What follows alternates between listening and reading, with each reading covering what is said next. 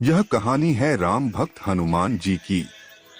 पुराणों में इस कथा का उल्लेख है कि अश्वमेध यज्ञ के पूर्ण होने के पश्चात श्री राम ने एक बड़ी सभा का आयोजन किया, जिसमें सभी राजाओं को उसमें आमंत्रित किया गया।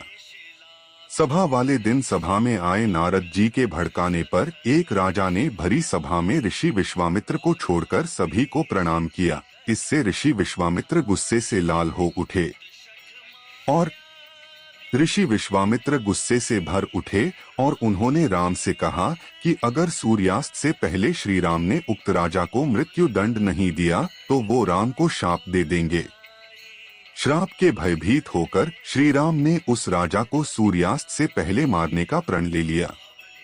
श्री राम के प्राण की खबर पाते ही राजा भागा भागा हनुमान जी की माता अंजनी के पास गया और पूरी बात बताए बिना उनसे प्राण रक्षा का वचन मांगा।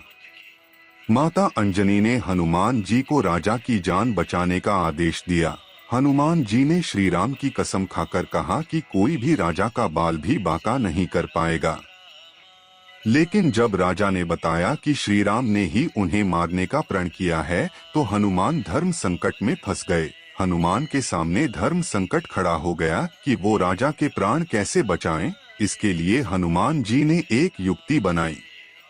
अगर राजा को मौत मिलती है तो माता का दिया हुआ वचन पूरा नहीं हो पाएगा। अगर राजा को बचाया तो श्री राम का प्रण पूरा नहीं हो पाएगा और उन्हें श्राप मिलेगा। उलझन में फंसे हनुमान जी को एक युक्ति सूझी। हनुमान जी ने राजा से सरयू तट पर जाकर राम नाम जपने के लिए कहा। हनुमान जी खुद सूक्ष्म रूप में राजा के पीछे छिप गए और देखने लगे।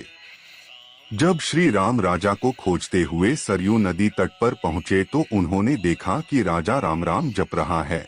राम जी ने सोचा, अरे ये तो मेरा भक्त है, मैं कैसे इस पर बाण चला सकता हूँ।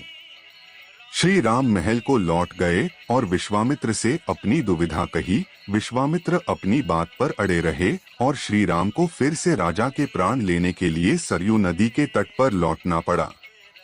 सारा राज्य की प्रजा देख रही थी कि कैसे श्री राम दुविधा में फंसे हैं। एक तरफ राजा राम नाम जप रहा है और श्री राम अपने ही भक्त को मारने के लिए मजबूर हैं। सभी सोच रहे थे कि ऐसे वक्त में हनुमान को राम के साथ होना चाहिए था, लेकिन हनुमान जी हैं कहाँ। वो तो अपने ही आराध्य के विरुद्ध सूक्ष्म रूप से एक धर्मयुद्ध का संचालन कर रहे थे। हनुमान जानते थे कि राम नाम जपते हुए राजा को कोई भी नहीं मार सकता, खुद मर्यादा पुरुषोत्तम राम भी नहीं। राम जी जब फिर से सरयू नदी के तट पर लौटे तो राजा को मारने के लिए शक्ति बाण निकाला, लेकिन तब तक राजा हनुमान जी के कहने पर सिया राम जपने लगा। राम जानते थे कि सिया राम जपने वाले पर शक्ति बाण असर नहीं करता। वो बेबस हो गए और महल को लौट पड़े। उधर विश्वामित्र उन्हें लौटा देखकर श्राप देने को उतारू हो गए और राम को फिर सरयू नदी तट पर जाना पड़ा। इस बार राजा हनुमान जी के इशारे पर जय सिया राम जय जय हनुमान गा रहा था।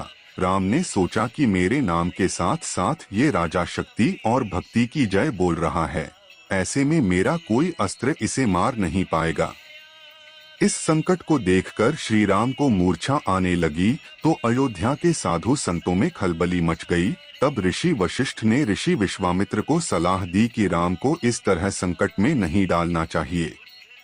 उन्होंने कहा कि राम चाह कर भी राम नाम जपने वाले को नहीं मार सकते, क्योंकि जो बल राम के नाम में है और खुद राम में नहीं है। संकट बढ़ता देखकर ऋषि विश्वामित्र ने राम को संभाला और अपने वचन से मुक्त कर दिया। मामला संभलते देखकर राजा के पीछे छिपे हनुमान वापस अपने रूप में आ गए और श्री राम को प्रणाम किया। तब श्री राम ने कहा कि हनुमान ने इस प्रसंग से साबित किया है कि भक्त की शक्ति हमेशा आराध्य की ताकत बनी है और सच्चा भक्त हमेशा भगवान से बड़ा ही रहेगा।